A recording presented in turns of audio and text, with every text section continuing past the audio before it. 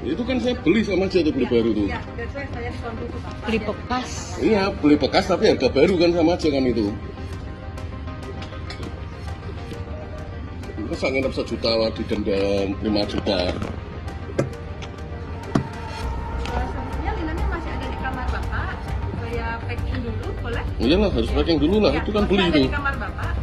Iya. Kemarin ya di 5112 ya. Coba Iya. tanya bellboy-nya tadi yang ngambil. Sudah dia masuk ke bellboy-nya ya.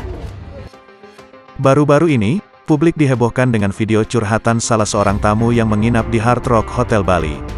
Video viral tersebut diunggah akun TikTok Anna Devana 8 dan diposting kembali oleh akun Instagram @ndorobe.official Selasa, tanggal 14 Desember tahun 2021.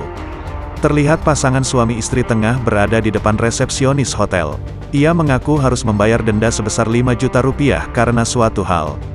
Tamu ini mengaku kesal sebab mereka dikenakan denda hampir 5 juta rupiah karena mengotori spray di kamar hotel. Padahal tarif menginap di hotel tersebut per malamnya hanya 1 juta rupiah. Lantas sebenarnya apa yang terjadi? Sampai-sampai tamu tersebut geram usai dikenakan denda 5 juta rupiah.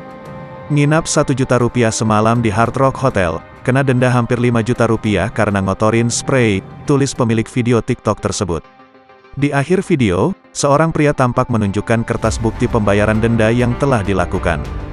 Ia juga bahkan sempat memberikan himbauan kepada tamu lain yang hendak menginap untuk berhati-hati. Terbaru, pihak Hotel Hard Rock Bali telah memberikan respons atau konfirmasi terkait berita yang tengah viral. Melalui Instagram Story @hardrockbali, pihak hotel memberikan penjelasan lengkap terkait kronologi tamu sampai akhirnya harus dikenakan denda akibat mengotori spray. Hai Hard Rockers, terima kasih atas perhatiannya tentang berita yang beredar saat ini.